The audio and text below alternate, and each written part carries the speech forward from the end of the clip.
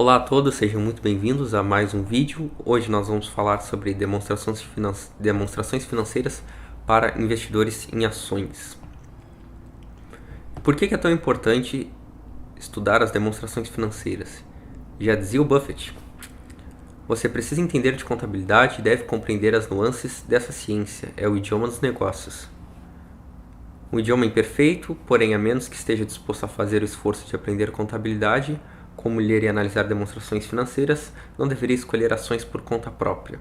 Tá aí o Buffett, então, nos dando indicações de que o investidor, principalmente aquele que monta a própria carteira de investimentos, tem que ter pelo menos uma noção básica sobre o assunto de demonstrações financeiras.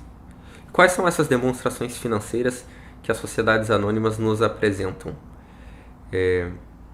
Só uma questão, a lei das sociedades anônimas é a lei 6.404 e as demonstrações financeiras está contido no artigo 176. Essas demonstrações são balanço patrimonial, demonstração de resultado de exercício, demonstração dos fluxos de caixa, demonstração das mutações de patrimônio líquido e demonstração do valor adicionado. Comumente nós fazemos uma análise para validar o investimento analisando as três demonstrações de cima. E a importância da demonstração financeira é justamente porque nós queremos ter uma prévia, pelo menos ter um indicativo de que a empresa ela tem condição, além de proporcionar um retorno para os seus acionistas, que somos nós, que vamos comprar participação nessa empresa, então teremos ações delas.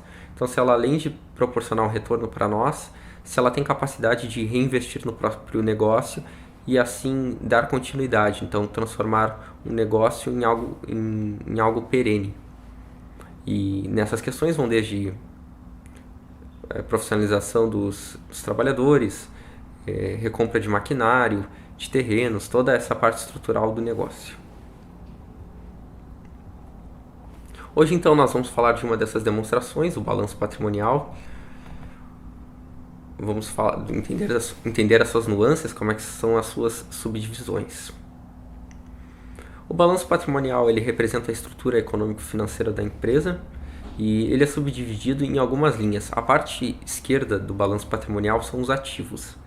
E esses ativos eles representam os bens e direitos da empresa. Nós classificamos o ativo com relação a circulante e não circulante e eles têm o critério de liquidez. Então, quanto mais acima no ativo, mais facilmente convertido em dinheiro aquela linha é. Então, o ativo circulante ele é mais facilmente convertido em dinheiro do que o ativo não circulante. Já na parte do passivo, nós classificamos com relação a circulante, não circulante e patrimônio líquido. A parte do circulante e não circulante fala do grau de exigibilidade, então, quando que será exigido essa linha? Então, ali, por exemplo, empréstimos e debêntures. Essa linha ela vai ser mais rapidamente exigida do que as linhas que estão mais abaixo dela. Já na parte do patrimônio líquido, nós estamos falando do passivo, mas é um passivo próprio. Então é o passivo, por exemplo, que os sócios integralizaram no negócio. E é muito importante a gente estudar o balanço patrimonial porque eles nos ajudam a entender uma série de questões. Como, por exemplo, qual é a capacidade de pagamento das obrigações.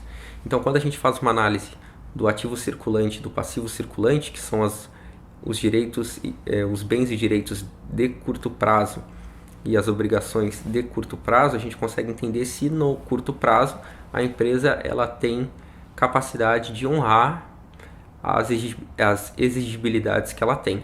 Então, por exemplo, a gente pode fazer uma análise do ativo circulante e do passivo circulante para entender a situação de liquidez no curto prazo. Esse é um indicador que a gente consegue ter analisando somente o balanço patrimonial e se chama liquidez corrente. Então, que se dá pela relação de ativo circulante e passivo circulante. A gente consegue entender qual é a estrutura para operacionalizar a empresa. Então, se na parte do ativo se precisa de terreno, se precisa de maquinário, como é que se dá, quanto que ela tem de caixa, como é que se dá a relação dos estoques, dos impostos, nessa parte dos ativos. E ainda podemos ver como é que está estruturado o endividamento da empresa, se é de curto prazo, se é de longo prazo, se ela utiliza recursos próprios ou de terceiros. Isso, se for de recursos de terceiros, vai estar no passivo circulante e não circulante, e se for de recursos próprios, vai estar no patrimônio líquido.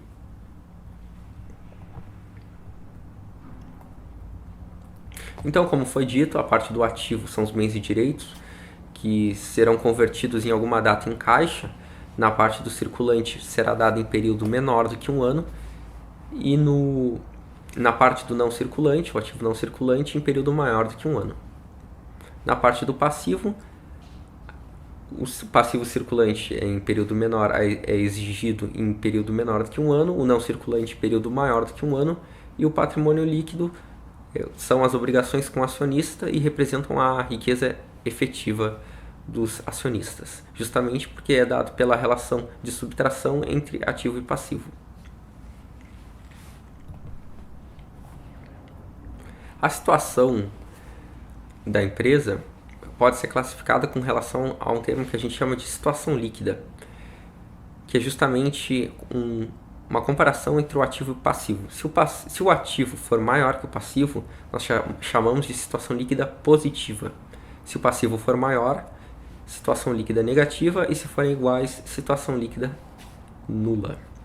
Como foi dito, então, a classificação do ativo é dada em circulante e não circulante, justamente pela facilidade de transformar o ativo em dinheiro, que é a liquidez, e a classificação do passivo se dá em circulante e não circulante, que é justamente o grau de exigibilidade, e o patrimônio líquido, que representa o passivo próprio. O passivo representa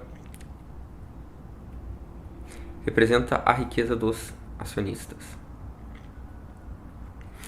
O passivo ele é a origem dos recursos, então se os recursos são de terceiros, a gente está falando do circulante e não circulante, e o próprio é o patrimônio líquido. Já o ativo, então, evidencia onde os recursos estão sendo aplicados.